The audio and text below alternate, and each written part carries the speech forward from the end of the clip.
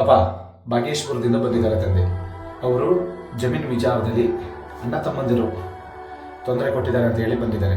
ಅಂದರೆ ಶಾಸ್ತ್ರದಲ್ಲಿ ಕೇಳಿದ್ದಕ್ಕೆ ತೇಜೂರು ಕೆಂಚರಾಯ ಸ್ವಾಮಿ ಸನ್ನಿಧಾನದಲ್ಲಿ ಹೋಗಿ ಏನೋ ಮಾಡಿಸಿದ್ದಾರೆ, ನೋಡಮ್ಮ ನೀವು ಅವ್ರ ಜಮೀನು ಅವ್ರಿಗೆ ಕೊಟ್ಟಿದ್ರೆ ಯಾಕೆ ಈ ಥರ ಮಾಡೋರು ಅಂತ ಏನು ಹೇಳಿದ್ರಂತೆ ಕಣಪ್ಪ. ಅದಕ್ಕಾಗಿ ನಿಮ್ಮ ಹತ್ರ ಬಂದಿದ್ದಾರೆ. ಏನೋ ಗೊತ್ತಿದ್ದೋ ಗೊತ್ತಿಲ್ಲದನೋ ಅಣ್ಣ ತಮ್ಮದಿರೋ ಮೇಲೆ ಒಂದು ಮಾತು ಹೋಯ್ತವೆ ಬರ್ತವೆ, ತೊಂದರೆ ತಾಪತ್ರಗಳು ಇದ್ದಿದ್ದೆ. ಅದರಲ್ಲಿ ಜಮೀನು ವಿಚಾರದಲ್ಲೂ ಒಬ್ಬರು ಅತ್ಯಾಸೆ ಪಡೋರು ಇರ್ತಾರೆ, ಒಬ್ಬರು ಕಷ್ಟಪಡೋರು ಇರ್ತಾರೆ.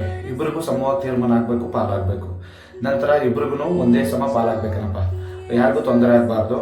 ಇವರು ಬಂದಿದ್ದಾರೆ, ತಪ್ಪಾಯಿತು, ನನ್ನ ತಮ್ಮಗೆ ನಾನು ಜಮೀನು ಕೊಡ್ತೀನಿ, ಯಾವ ತೊಂದರೆಗಳು ಆಗಬಾರ್ದು, ನನ್ನ ಮಕ್ಳಿಗೆ ಏನು ಹುಷಾರಿಲ್ಲ, ಈಗೆಲ್ಲ ಸರಿ ಮಾಡ್ಕೊಳ್ಳಪ್ಪ ಅಂತ ಬಂದಿದ್ದಾರೆ ತಂದೆ. ನಿಮ್ಮದೇ ಏಟು ಅನ್ನಂಗಿದ್ರೆ ಎಡ ಕೊಡಿ ಅಂತ ಕೇಳ್ತಿದ್ದಾರೆ. ಅವರು ಉಲ್ಟಾ ಕೇಳ್ತಿದ್ದಾರೆ ಕಣಪ್ಪ, ಒಬ್ಬೊಬ್ರು ಒಂದೊಂಥರ ಕೇಳ್ತಾರೆ. ಆದರೆ ಇವರು ಪೂರ್ತಿನೇ ಉಲ್ಟವಾಗಿ ಕೇಳ್ತಾರೆ. ನಿಂದೇ ಏಟು ಅಂದರೆ ಎಡ ಕೊಡು, ಇಲ್ಲ ನಿಂದಲ್ಲ ಅಂದರೆ ಬಲ್ಲ ಕೊಡು ಅಂತ ಕೇಳ್ತಿದ್ದಾರೆ. ಅಂದರೆ ಇವ್ರು ಏನು ಕುರು ಇಟ್ಕೊ ಬಂದವ್ರು ನನಗೆ ಗೊತ್ತಿಲ್ಲ, ಅದರ ಕೇಳ್ತಿದ್ದಾರೆ ತಂದೆ.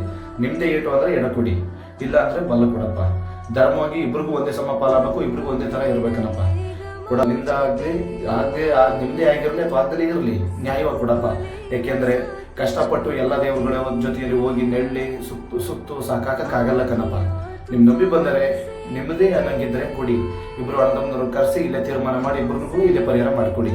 ನಿಮ್ಮದೇ ಅನ್ನಂಗಿದ್ರೆ ಕೊಡಪ್ಪ, ದಯಪಾಲಿಸ್ಕೊಡಿ, ಕೊಡಪ್ಪ. ನಿಮ್ದಲ್ಲ ಅಂದ್ರೆ ಕೊಟ್ಬಿಡಿ, ಬಲ ಕೊಡಿ. ನಿಮ್ದಲ್ಲ ಅಂದ್ರೆ ಕೊಡಿ, ಬಲ ಕೊಡಿ, ನಿಮ್ದಲ್ಲ ಅಂತ होगा इतिहास का ताज।